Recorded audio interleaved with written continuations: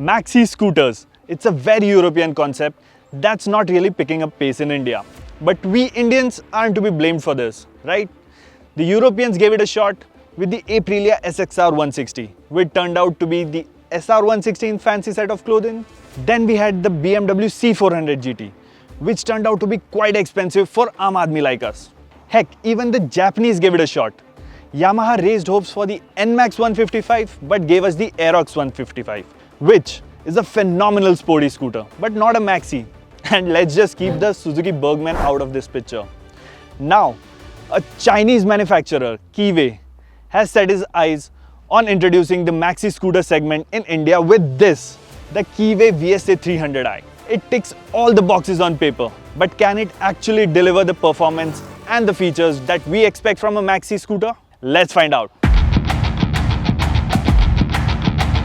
Okay, full disclaimer, I'm not going to ignore this Panigale inspired headlight. But come on, credit where it's due. I mean, look at that. It's a proper maxi scooter in every sense.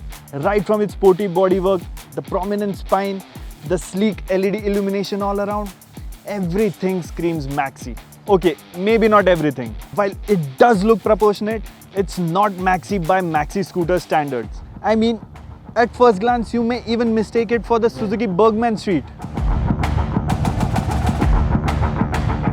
Though the styling is spot on, the quality isn't really up to the mark. Considering that you will be paying over 3 lakhs for this scooter, you'd expect better plastics. In the past few days that we have been testing this, the headlight and tail light have already been starting to fog up.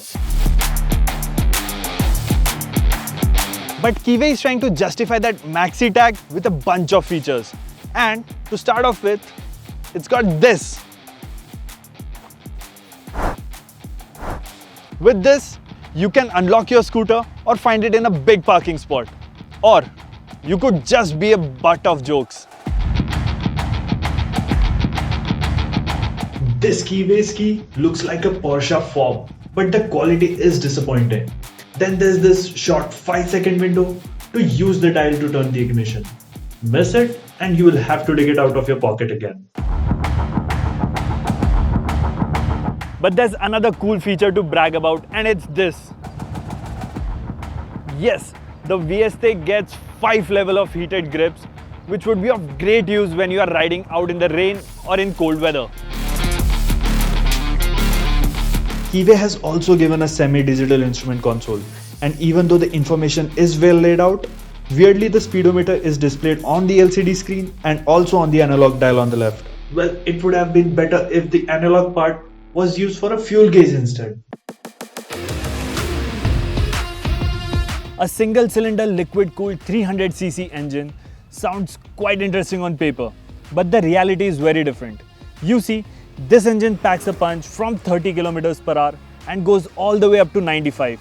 But that's where things get dull. I managed to achieve 120 km per hour on the Vieste. However, getting to those speeds was quite a task. To its credit, the scooter can manage triple-digit speeds all day long. And with that 12-litre fuel tank, you can do a range of up to 300 kilometers. In the city, the displacement advantage over most scooters plying on the street means you have an edge. Quick overtakes are not really an issue, but thanks to its heft, the excitement is just dumbed down. Thankfully, the Vieste doesn't heat up as much in the city since it has minimal panels at the rear. Though you'd often hear the radiator kick in, it quickly dials down the heat. Then there's this 13-inch Dim Sum tires. These offer decent grip in the dry conditions, but in the wet, they don't inspire you to push hard. And to make things worse, the ABS tends to be intrusive in the least expected times, so you end up riding extra cautiously most of the times. However, on perfect stretches of tarmac, the Vieste is a hoot to ride. The firm suspension coupled with the 13-inch wheels and the long wheelbase means cornering stability is great. Bad roads are a nightmare for your back. The 35mm suspension stroke at the front means nothing on our pothole-riddled roads. And to make things worse is this firm seat. In fact, the ride gets so jarring at times, both for the rider and the pillion, that you would tend to avoid the bad roads completely. Now on to the ergonomics. You see, even though this is a maxi scooter, the ergonomics aren't all that maxi. I'm a 5'11" guy, and for me, this scooter is somewhat cramped. You see this lumbar support? I can't move around much. And with this highway pegs, I tend to be in a cramped position. The braking isn't impressive either. Within just a couple of days, the front brake already began to fade while using it for regular commutes. It lacks bite and the stopping force isn't confidence inspiring either. The Vieste 300i is a very impressive machine on paper.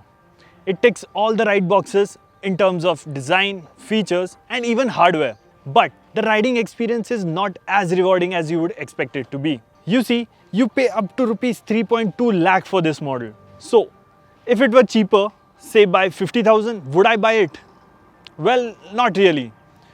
There are some key fundamentals that Keeway has to get right. For starters, the quality needs to be improved. Then there's the engine performance, and the jarring suspension further seals the deal. So, after all these years, has India finally gotten its maxi scooter experience? Well, not really. Maybe Honda Forza 350 could do that.